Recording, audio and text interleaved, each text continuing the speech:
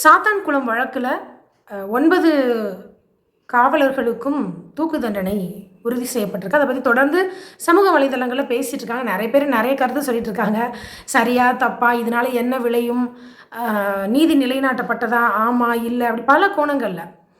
நான் இப்போது இந்த இடத்துல ஆராவின் பார்வையாக பதிவு செய்ய விரும்புகிறது முற்றிலும் மாறுபட்ட ஒரு கோணம். கொஞ்சம் யோசிச்சு பாருங்க. நான் எப்பயுமே சொல்றது அதுதான். இந்த சமூகத்தில் இழைக்கப்படுகிற எந்த ஒரு குற்றமும் ஒரு தனி மனிதருடைய குற்றம் மட்டும் அல்ல. அது ஒரு குடும்பத்தின், ஒரு குமுகத்தின், அதாவது சமூகத்தின் குற்றம். திடீர்னு ஒரே நாள் ஒரு மனிதர் வன்முறையாளராக மாறுவது கிடையாது. திடீர்னு ஒரே நாள் ராத்திரியில் ஒரு மனிதருக்கு கொலைவெறி தாக்குதல் வந்துடுறது கிடையாது. ஒரு மனிதர் ஒரு நாள் வெளிப்படுத்தக்கூடிய ஒரு மோசமான உணர்வு அப்படிங்கிறது, உணர்ச்சி அப்படிங்கிறது அவருக்கு உள்ளேயே தொடர்ந்து கட்டமைக்கப்படுது. அதில் குடும்பத்துக்கும் பங்கு இருக்குது, இந்த சமூகத்திற்கும் பங்கு இருக்குது.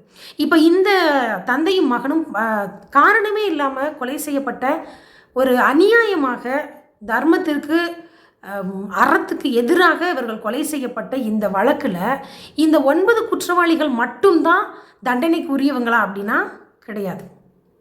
இவர்களை தாண்டியும் இவங்களை மறைமுகமாக தூண்டின, இத்தனை ஆண்டுகாலமாக இவர்களுடைய இது போன்ற போக்கிற்கு ஒத்துழைப்பு கொடுத்த அல்லது அவங்க செய்த தவறுகளை நியாயப்படுத்திய குடும்பத்தார் இருக்காங்க, அரசியல் தலைவர்கள் இருக்காங்க, அவங்களுடைய உயர் அதிகாரிகள் இருக்காங்க.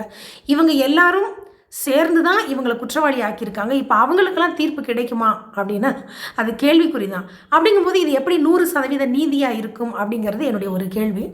இன்னொரு பக்கமும் சொல்கிறேன், குற்றவாளிகள் ஒரே நாள் ராத்திரியில் உருவாகிறது கிடையாது. இப்போ இந்த 9 காவலர்கள் பின்னாடியும் பாருங்கள், அவங்களுக்கு ஒரு அழகான குடும்பம் இருக்கும், அங்கேயும் படிக்கிற பிள்ளைங்கள் இருப்பாங்க, வழிநடத்துகிற வயசானவங்க இருப்பாங்க, இவரையே நம்பி வாழக்கூடிய மனைவி இருப்பாங்க, உடன் பிறந்தவர்கள் இருப்பாங்க. அப்போது ஒரு சமூகத்தில் ஒருவர் குற்றம் இழைக்கிறார் அப்படின்னா அவர் ஒரே நாள் ராத்திரியில் குற்றவாளி ஆகலை. ஒவ்வொரு தனி மனிதருடைய ஒவ்வொரு நாள் செயல்பாடும் இணைந்து தான் அவர் குற்றவாளியாக்குது. இந்த ஒரு வழக்கின் அடிப்படையில் நான் கேட்டுக்க விரும்புகிறது என்ன அப்படின்னா, தயவு செய்து உங்கள் உறவுகளை கண் திறந்து பாருங்கள். அவர்களுக்கு இருக்கக்கூடிய உணர்ச்சியை அவங்க என்ன செய்கிறாங்க, எப்படி இருக்காங்கன்னு பாருங்கள். அவங்கள சரி செய்ய வேண்டிய, அவங்கள கட்டமைக்க வேண்டிய, அவங்கள ஒரு சரியான முறையில் வழிநடத்த வேண்டிய பொறுப்பு நம்ம எல்லாருக்குமே இருக்குது.